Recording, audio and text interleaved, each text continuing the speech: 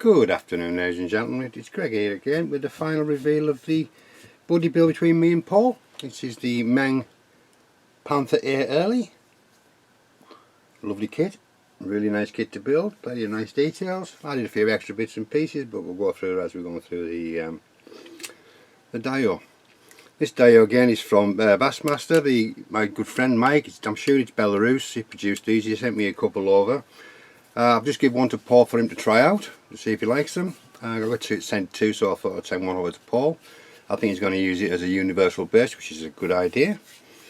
Yeah, so let's go with this. Let's start off. Let's just zoom in a touchy. Let's just bring the Panther in first. As you can, you've seen most of it anyhow. The whitewash is all done and laid up with 3 different whitewashes and chipping effects. I did it 3 times to get the effect I wanted, and then I went round the edges with the Meg's washable white paint, which is quite good, but you have to make sure you get it and not leave it on too long, otherwise it won't come off. But generally speaking, it's a nice product. What else have I put on there? Rust, which is Meg again, light rust and dark rust, and a grey neutral primer on the Zimmerate. I may think it's maybe slightly too dark, but I'll have to leave it this time. There's no way I'm going to go back into it again. It took me ages to do it. It's okay, I'm not totally dissatisfied with it, but maybe just slightly too dark, but it's okay. Now let's go on the rear. I've added, there we go, I'm going out of the way again, aren't we? There we go. On the rear, obviously I've added the some brass shells I had from a Panther, and I've just weathered them, darkened the ends where the shells have come out, just like with not rust or dust, I mean just general grime, wear and tear. These came with the kit, the jerry cans. I've kept them in German grey and weathered them up a little bit. This is from my good friend Vince. He 3D printed these for me. The bottles are separate, so I've weathered them up, put a few caps on the top of them. One that's not got a cap on. Nice, it came out nice. Yeah, just a bit of rope and sticking down, it's come back up again. It wants to be lying flat. I'll stick that down later on. And the crate is just a generic crate that I've weathered up. Let's have a look. I'm quite pleased with this bit of wood actually. I thought it was one of my better bits of wood. There we go. There we go. The different techniques. It's just I think I used 4 paints in light coats, really like washes almost, and then you got the sort of effect by wet blending them, and then I did a little bit of rope on each end for the to carry them, and I put a shadow on that with sepia, bit of sepia in there, and blended that in so you got a bit of a shadow on the handle. The aerial I got off the internet actually. I just thought I'd try what they are. It's made for the Panther, so I'll put that on there instead of using the guitar strings. And I don't think I've got one left, I think, for the Paul sent me, the carbon fibre ones, but I think they're more modern than because it's quite thick, this one, compared to that. I don't know how into scale it is, but it says it's 135 scale Panther aerial. And on the rear, can we see the rear? Actual rear of the tank. There we go. Let me just see if I can bring the camera in just a little bit more into the rear. Lift it up. I did a tarp at the back, as you've seen. Bucket, got to have a bucket. The ladder I did put on in the end, a chain and a little bucket. Weathered all those up. As you can see, the tarp has got a bit of mud on there, a bit of sand, a bit of snow that's just about melted. And again, the damaged box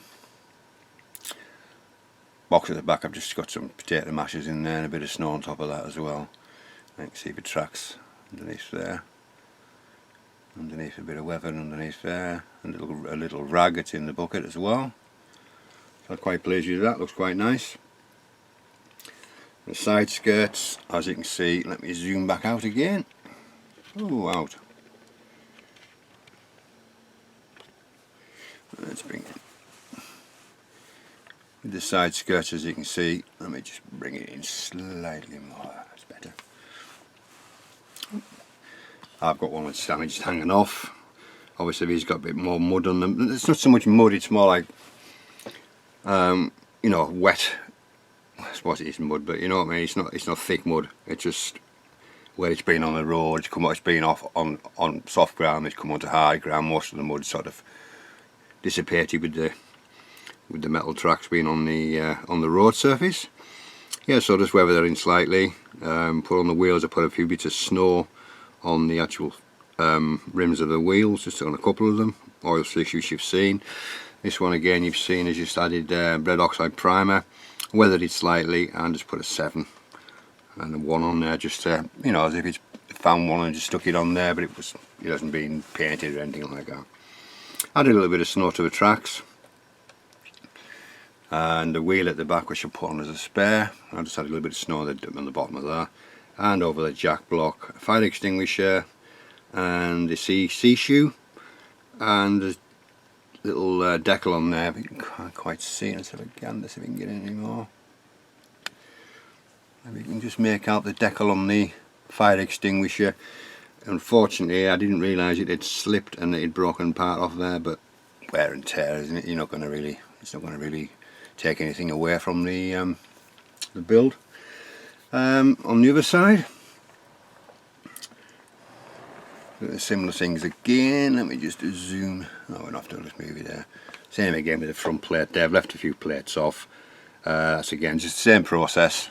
4, you know, written 4 on it this time, and a circle with a cross in it, whatever that meant in the German factories. Zimmer it again on these. Put these ones on here. Damaged up the barrel cleaning rod box. It's got a bit of rust. I think it was plate steel or stainless steel, not stainless, plate steel. So it's going to rust a bit more than the other bits. So I've rusted that up slightly. Added the PE brackets at the end. Only put 1 tow cable on. It went on quite well. We weathered that up with just different blends of rust, steel colours, black, greys, that sort of thing, just to get the effect I wanted. Can we come back out now? Because we can't see the out. One of these days I will get that bloody thing right. Let's just bring the commander in now. He's got his MGs there all sorted for him. He's got his belt of ammo there and ready to be used if he needs to. Okay, this is all kit stuff, all this, and a little target. Sighting is a bit of PE. We can make it out. Let me just turn it around slightly here to see. Yeah, it's on the end here. Here's a target, scope, whatever you want to call it. Commander figure is from, I believe it's a mini art winter German winter. Come back out now. Winter. Oh, goodness me. Yeah, it's from the winter set. I did paint 2 of them up from the set, but I'll explain what happened to them and why I changed them halfway through. But he's come out quite well. You know, added a little bit of cable there for his wireless, for his radios, and his handset there. You know, bad at all. Figures are improving better and getting better each time I do them. Well, I feel as if they are. A nice bit of weather on top of there again, like the rust marks and chips and grime colour around the cupola. Again, that's quite nice. I like that. Let's zoom back out. Oh, way up. First time. Right, let's start with the diorama now, and the figures. The diorama says is from my good friend Mike, Mr. Bassmaster. I'll leave his link to his YouTube channel, and he does sell these, but the only problem is when he sells them is the price, because they're quite heavy. Obviously with postage nowadays, astronomical prices. That's the only downfall, but they're beautiful bases. Say when I did a little review on them, they got the backing on the back as well, so there's no need to put anything underneath, so I'm not going to scratch any furniture or shelving or anything like that. But the detail is superb. I didn't want to cover the detail up, so I tried my best not to. Yes, all I've done on here is position nice and snow. Sprayed it with their own adhesive, and then I got a colander that comes with a little shaky thing and just went over lightly, and then just before it started to dry completely I went in and dusted some off so you can see some of the brickwork as well. underneath, so let's just come back out slightly, that's better. As you can see on there. As far as the tracks are concerned, track markings, I used a Russian with a Adam Wilder Power Stony Russian Ground, it's called. So what I've done with that is obviously put that on, but I've put lumps in because it's got stone in there, so I've just left some bits and pieces like stones come out, as if tracks have things have gone through before it have just dropped off there, bits of crap that's come off their tracks. I did add a bit of wet effects, but it seems to have dried in a little bit too. I might just touch them up again, just get a little bit of wet effect in there. And this is a bit of winter whitewash from the Precision Ice and Snow set as well. The same on this side.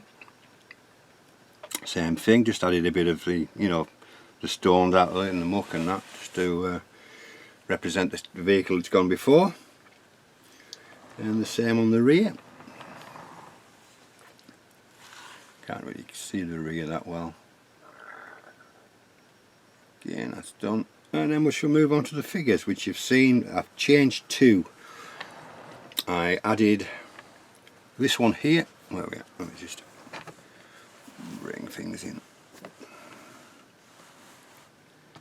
Let's zoom out slightly then.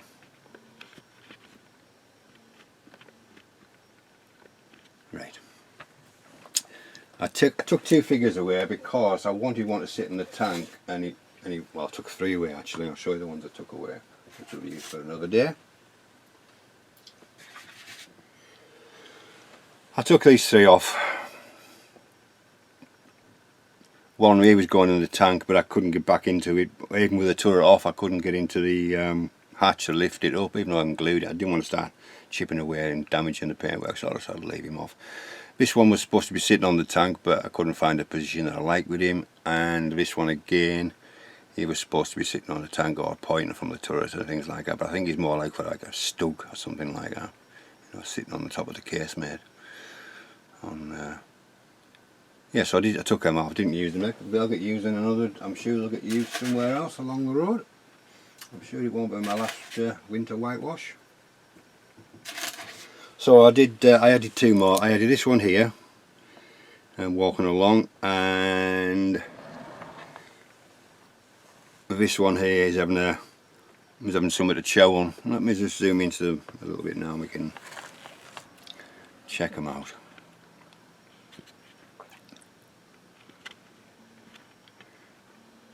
Start with the front ones. You see, yeah, he's just pointing in a direction of something he's seen.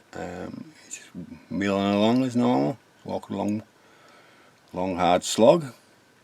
Figures came out quite well. I said my figure work is getting better now. I would say with some good tuition from a good friend Gav, and sort of showing me the light, as to say. So I do enjoy painting the figures now, whereas I sort of, oh, do I have to paint them? But I'm pleased with how they're looking. And there's one I just added, the recent one I've just added. He's having something to chew on.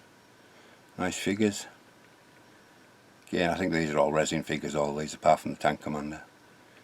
On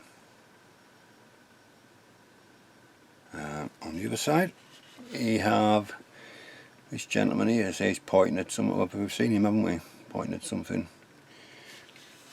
And then the one that I've just added, which is there. Yeah, I'm quite happy with him. He's got his machine gun on the back, and then we have this one here. I know he's technically from Kharkov, and it wasn't that colour uniform, but I thought I'd leave it. I like it, so I left it on. And the final figure is somebody else is walking along, all in relaxed poses. None of them are in, you know, fighting poses. They're all carrying the weapons. He's got it through his arm. He's got it on his back.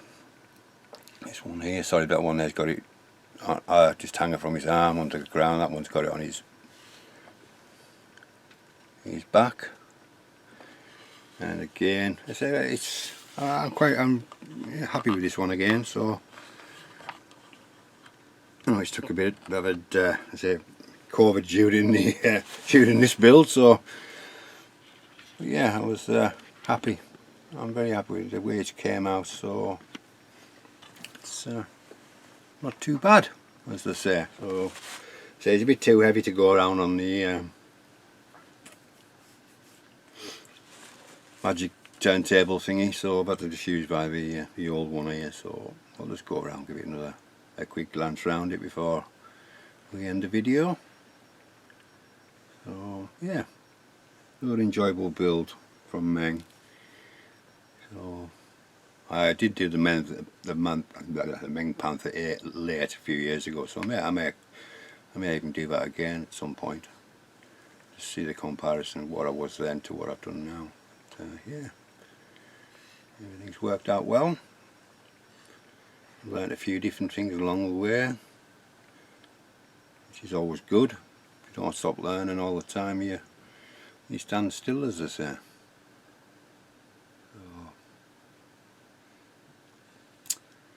So I'd like to say thank you very much to all my subscribers, new and old. Again, we're still moving in the right direction. I'm creeping towards 3k now. It doesn't sound a lot, but for me it's 3k more than I thought I'd get. So yeah.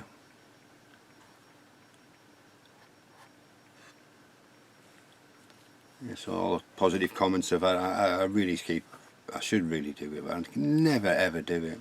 I'm gonna have to start replying to people, because they do leave their patience and time to actually view the video and comment, so I should reciprocate really. It's really rude of me not to. So yeah, I've got my new build I've got coming up soon. I'll do another sort of unboxing, but I'll show you what I'm going to build next. So it'll be a bit of a surprise, something a bit different for me, which I haven't done since I was a child. So keep viewing and you'll see. So yeah, so there we are with a Panther 8 early from Meng in 135 scale, and the Dio base from my good friend Mike, which I'll leave his YouTube channel on there, and you can contact him through that if you're interested in looking what else he does. He doesn't just do this thing, it's small size, it's different, it's custom made, as you see if you look on his YouTube channel, all the ones he's done for himself, and they're all different. But yeah, and it's really nice, really nice. I say I've just put a bit of a dark varnish around here. I painted it black just to sort of put a bit of a frame around it, and then I put a bit of varnish, satin varnish on there to give it a couple of coats, so just to make it look a bit different. So once again, thank you very much for taking your time to view, and we shall see you very soon with a new build, and like I say, you'll be surprised.